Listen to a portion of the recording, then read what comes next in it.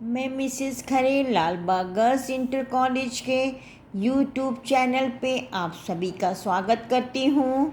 आज मैं क्लास 12 के लिए फिज़िक्स सीरीज़ का पार्ट 106 लेकर आई हूँ। आज मैं बताऊँगी conversion of galvanometer into voltmeter.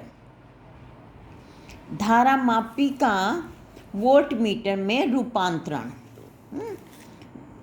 देखिए, वोल्टमीटर वो यंत्र है जो किन्हीं दो बिंदुओं के बीच विभवांतर को सीधे वोल्ट में नापने के काम आता है। मिली वोल्टमीटर जो है वो मिली वोल्ट में विभवांतर नापता है। समझ में आ रहा है? वोल्टमीटर वोल्ट में विभवांतर नापता है।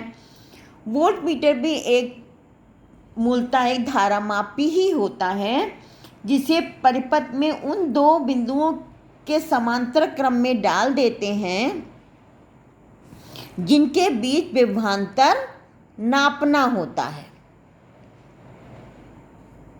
कुछ धारा वोल्टमीटर कुंडली से भी होकर जाती तथा इसके सिरों के बीच वही विभवांतर उत्पन्न हो जाता है जो उन बिंदुओं के बीच होता है। अतः वोल्टमीटर में उत्पन्न विक्षेप इसी कुंडली में बहने वाली धारा और इसके कारण इसके बीच विभवांतर के भी अनुक्रमानुपाती होगा।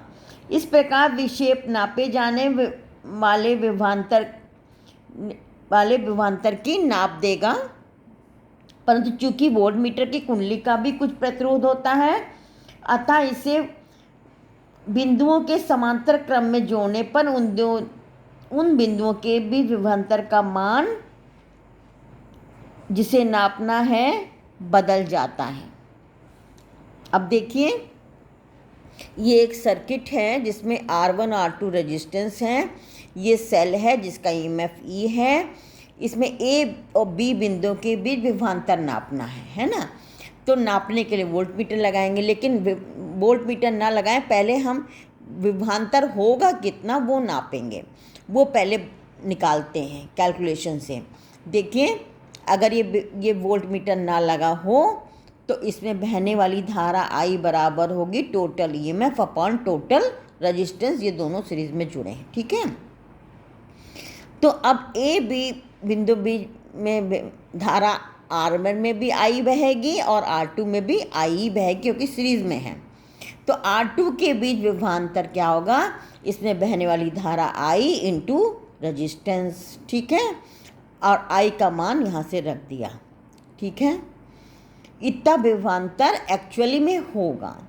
लेकिन अगर हम नापने के लिए R2 के बीच यानी A और B के बीच विभवांतर नापने के लिए वोल्टमीटर समांतर क्रम में लगा देते हैं, तो देखिए धारा I डैश बराबर होगी E अपॉन R1 ये वाला, और R2 डैश क्या है? ये R2 और ये आपका वोल्टमीटर की जो कुंडली है इसका रेजिस्टेंस का इक्विवेलेंट, ये समांतर क्रम में है। तो R1 अपॉन R2 डैश बराबर क्या होगा? 1 upon R2 plus 1 upon RV क्या है? वोल्टमीटर की कुंडली का रेजिस्टेंस, ठीक है। तो ये दोनों सीरीज में है। ये इनका इक्विवेलेंट है R2 और वोल्टमीटर की कुंडली का रेजिस्टेंस ये आपका जो है RV है। इन दोनों ये समांतर क्रम में, इनका इक्विवेलेंट होगा R2 डैश। तो I डैश अगर वोल्टमीटर कनेक्ट कर देते हैं तो धारा बदल जाएगी। I डैश बराबर E upon R1 plus R2 dash, ठीक है। अब विभवांतर अब क्या हो जाएगा? इसमें बहने वाली धारा अब I डैश हो गई है। अब रेजिस्टेंस भी जो है इनका इक्विवेलेंट, जो विभवांतर इसके बीच होगा वही इसके बीच भी होगा। तो I dash into R2 dash, ठीक है। अब इसमें हमने I डैश का मान रख दिया, ये आया। अब V माइनस V डैश, इनका अंतर निकालते हैं। ये आपका V जो है बिना वोल्टमीटर कनेक्ट विभवांतर है, V डैश जो है वोल्टमीटर कनेक्ट करने के बाद विभवांतर है। ये देखिए कैलकुलेशन है, ये आ गया। अब जो है अंतर ना आए, सही विभवांतर वोल्टमीटर द्वारा पढ़ा जाए तो ये क्या हो जाना चाहिए, v माइनस वी डैश 0 होना चाहिए, यानी R2 बराबर R2 डैश होना चाहिए। ठीक है बच्चों।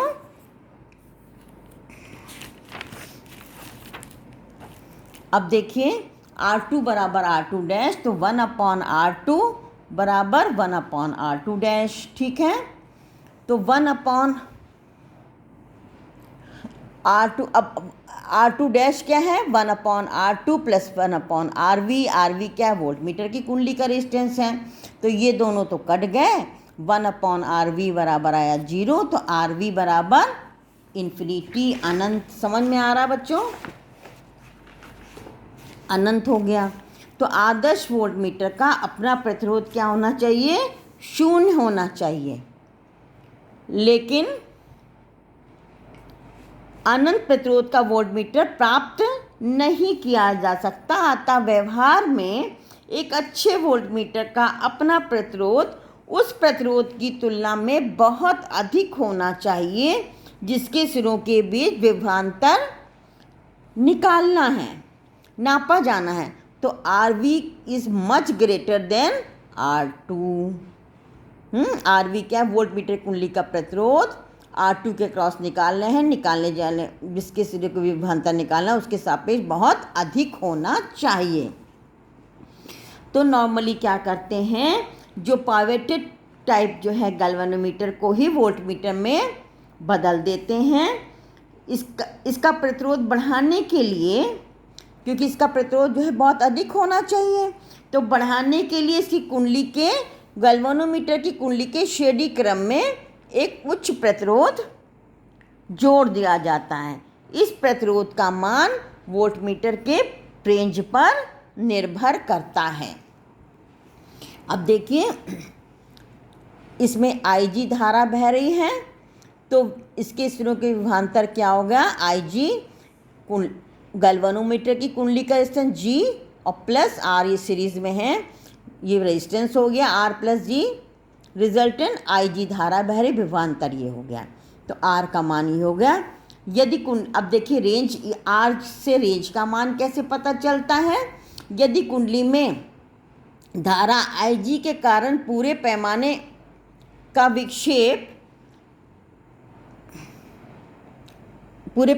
विक्षेप हो तो A व B के बीच विभवांतर V होने पर पूरे पैमाने का विक्षेप होगा, अतः धारामापी के श्रेणी क्रम में उपरोक्त प्रतिरोध जोड़ने पर धारामापी V वोल्ट की परास का वोल्टमीटर बन जाएगा। अब देखिए इसका उदाहरण एक देखिए, किसी गैल्वेनोमीटर की कुंडली का प्रतिरोध 12 ओम है, 12 ओम क्या है, G दिया है, ठीक है। 3 मिली एम्पियर की विद्युत धारा प्रवाहित होने पर यह पूर्ण स्केल का विक्षेप दर्शाता है, यानी IG बराबर दिया है 3 मिली एम्पियर, मिली एम्पियर को एम्पियर में बदलेंगे। अब इस गैल्वेनोमीटर को 0 से 18 वोल्ट परास वाले वोल्टमीटर में कैसे रूपांतरित करेंगे, तो R बराबर V/IG, ये जो सूत्र है, माइनस G, 18 वोल्ट तक का पढ़ने का बनाना है। ये IG क्या है, 3 × 10⁻³ मिली एम्पियर था ना, तो 10⁻³ से गुना कर देंगे, -12, तो ये आ गया 6000 - 12, तो 5988 ओम का रेजिस्टेंस सीरीज में अगर गैल्वेनोमीटर के जोड़ देंगे तो ये 18 वोल्ट पढ़ने वाला वोल्टमीटर बन जाएगा। बच्चों ये हमने रेड से इसलिए किया है।